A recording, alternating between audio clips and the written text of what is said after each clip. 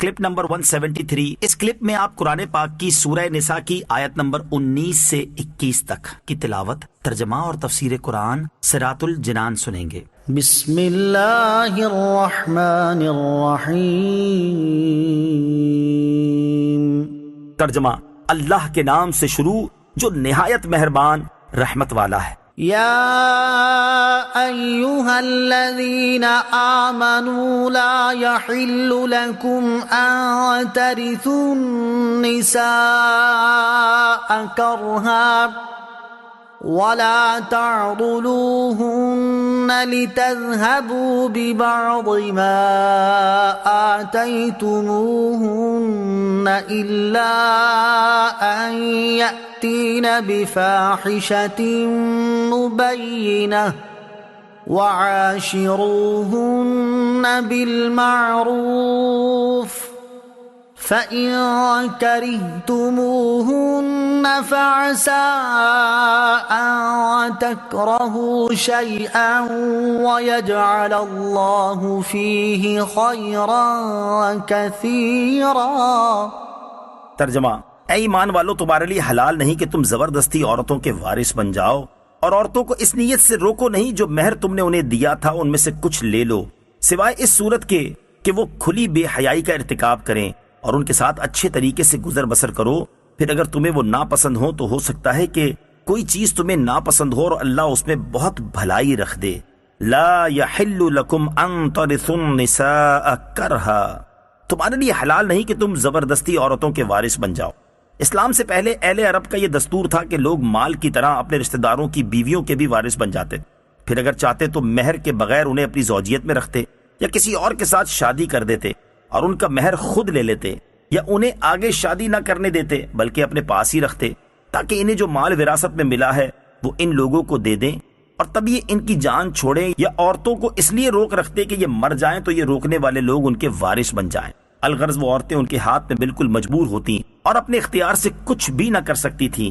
اس رسم کو مٹانے کے لیے یہ آیت نازل فرمائی گئی، لِتَذْهَبُوا بِبَعْدِ مَا آتَيْتُمُوهُنَّ، تاکہ جو مہر تم نے انہیں دیا تھا اس میں سے کچھ لے لو۔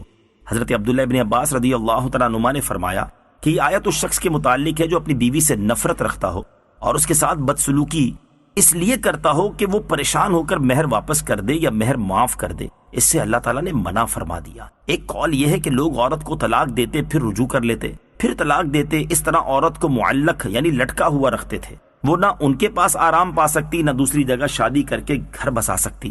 اس کو منع فرمایا گیا۔ بیویوں پر ظلم و ستم کرنے والے غور کریں۔ یہاں جو حالات زمانہ جاہلیت کے بیان کیے جا رہے ہیں ان پر غور کریں کہ کیا انہی حالات پر اس وقت ہمارا معاشرہ نہیں چل رہا؟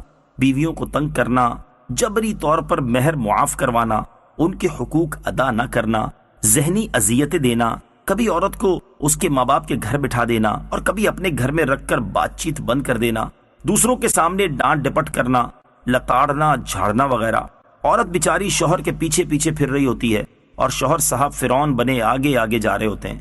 عورت کے گھر والوں سے صراحتاً بیوی کے ذریعے نت نئے مطالبے کیے جاتے ہیں، کبھی کچھ دلانے اور کبھی کچھ دلانے کا۔ الغرض ظلم و ستم کی وہ کون سی صورت ہے جو ہمارے گھروں میں نہیں پائی جا رہی؟ اللہ عز و جل کرے کہ قرآن کی آیتیں ان لوگوں کو سمجھ آ جائیں اور وہ اپنی اس بری روش سے باز آ جائیں۔ نیز ان آیات کی روشنی میں وہ لوگ بھی کچھ غور کریں جو اسلام سے شرمندہ سے رہتے ہیں اور ڈھکے چھپے الفاظ میں کہتے ہیں کہ اسلام میں عورتوں پر بہت سختیاں ہیں۔ وہ دیکھیں کہ اسلام میں عورتوں پر سختیاں کی گئی ہیں یا انہیں سختیوں سے نجات دلائی گئی ہے۔ فَعَسَىٰ أَن تَكْرَهُوا شَيْئًا، تو ہو سکتا ہے کوئی چیز تمہیں ناپسند ہو۔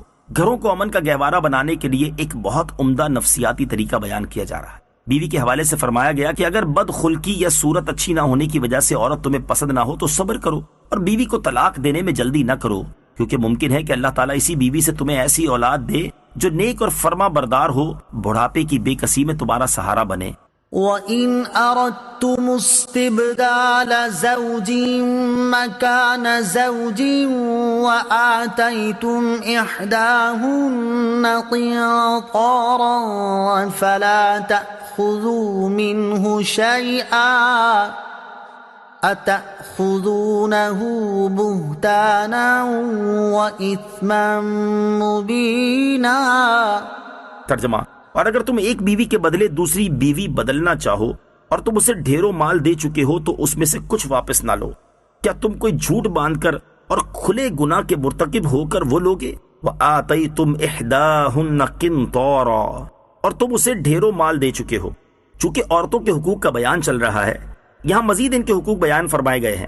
چنانچہ ارشاد فرمایا کہ اگر تمہارا ارادہ بیوی کو چھوڑنے کا ہو تو مہر کی صورت میں جو مال تم اسے دے چکے ہو تو اس میں سے کچھ واپس نہ لو۔ اہل عرب میں یہ بھی طریقہ تھا کہ اپنی بیوی کے علاوہ کوئی دوسری عورت انہیں پسند آ جاتی تو اپنی بیوی پر جھوٹی تہمت لگاتے تاکہ وہ اس سے پریشان ہو کر جو کچھ لے چکی ہے واپس کر دے اور طلاق حاصل کر لے۔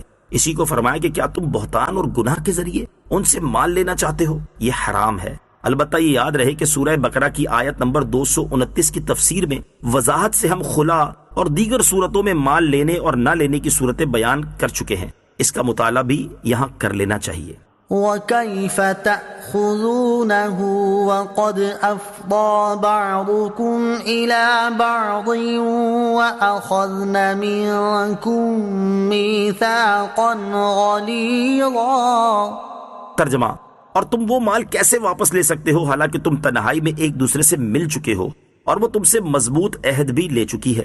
وَكَيْفَ تَأْخُذُونَهُ، اور تم وہ مال کیسے واپس لے سکتے ہو؟